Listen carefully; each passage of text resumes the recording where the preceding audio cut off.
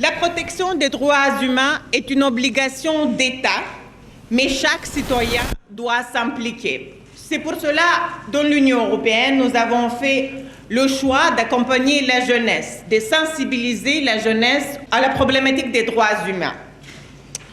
La plaidoirie à laquelle nous assisterons aujourd'hui, le concours de plaidoirie cette année, rassemble des étudiantes et des étudiants venus de 9 universités publiques et privées de Conakry et de l'intérieur du pays, qui se sont penchés sur le thème de droit à la propriété, notamment des femmes veuves et des femmes au milieu rural en Guinée.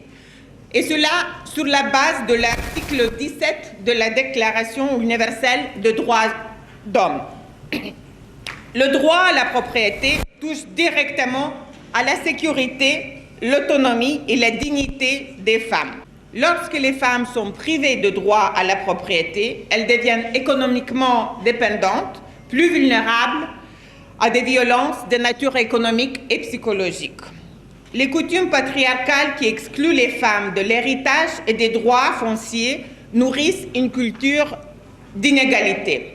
En défendant l'accès des femmes à la propriété, nous combattons non seulement l'injustice économique, mais aussi une des racines des violences basées sur le genre.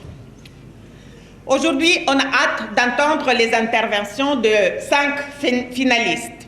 Depuis le 30 novembre dernier, leurs plaidoiries sont accessibles au grand public sur la page Facebook de la délégation de l'Union européenne.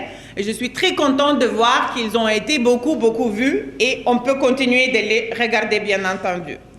Tout à l'heure, nous aurons le plaisir d'écouter ici même les 5 plaidoiries et ensuite le jury désignera 3 lauréats. Je félicite d'ores et déjà tous les participants pour leur travail et leur implication. Je tiens aussi à signaler qu'au-delà des traditionnelles récompenses que nous offrons aux gagnants, cette année, nous valorisons les prix en donnant l'opportunité aux lauréats d'effectuer un stage auprès des ONG partenaires de la délégation de l'Union européenne. Mesdames et messieurs, si ce concours de plaidoirie est un événement important, il n'est pas la seule activité que nous avons menée dans la quinzaine des droits humains. Nous avons rendu hommage aux enfants le 21 novembre à l'occasion de la Journée mondiale de l'enfance, avec un match amical de football mixte pour souligner, peu importe l'âge, l'origine, le genre ou les capacités, l'inclusion doit être une valeur que nous portons dans nos écoles, nos communautés et nos sociétés.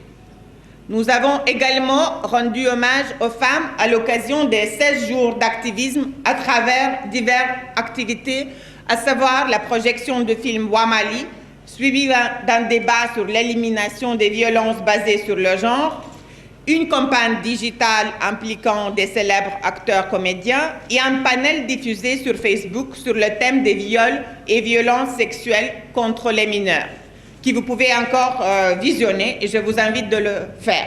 Bien sûr, nous ne nous limitons pas à juste quelques actions ponctuelles. Nous avons plusieurs projets pour promouvoir et protéger les droits humains en Guinée.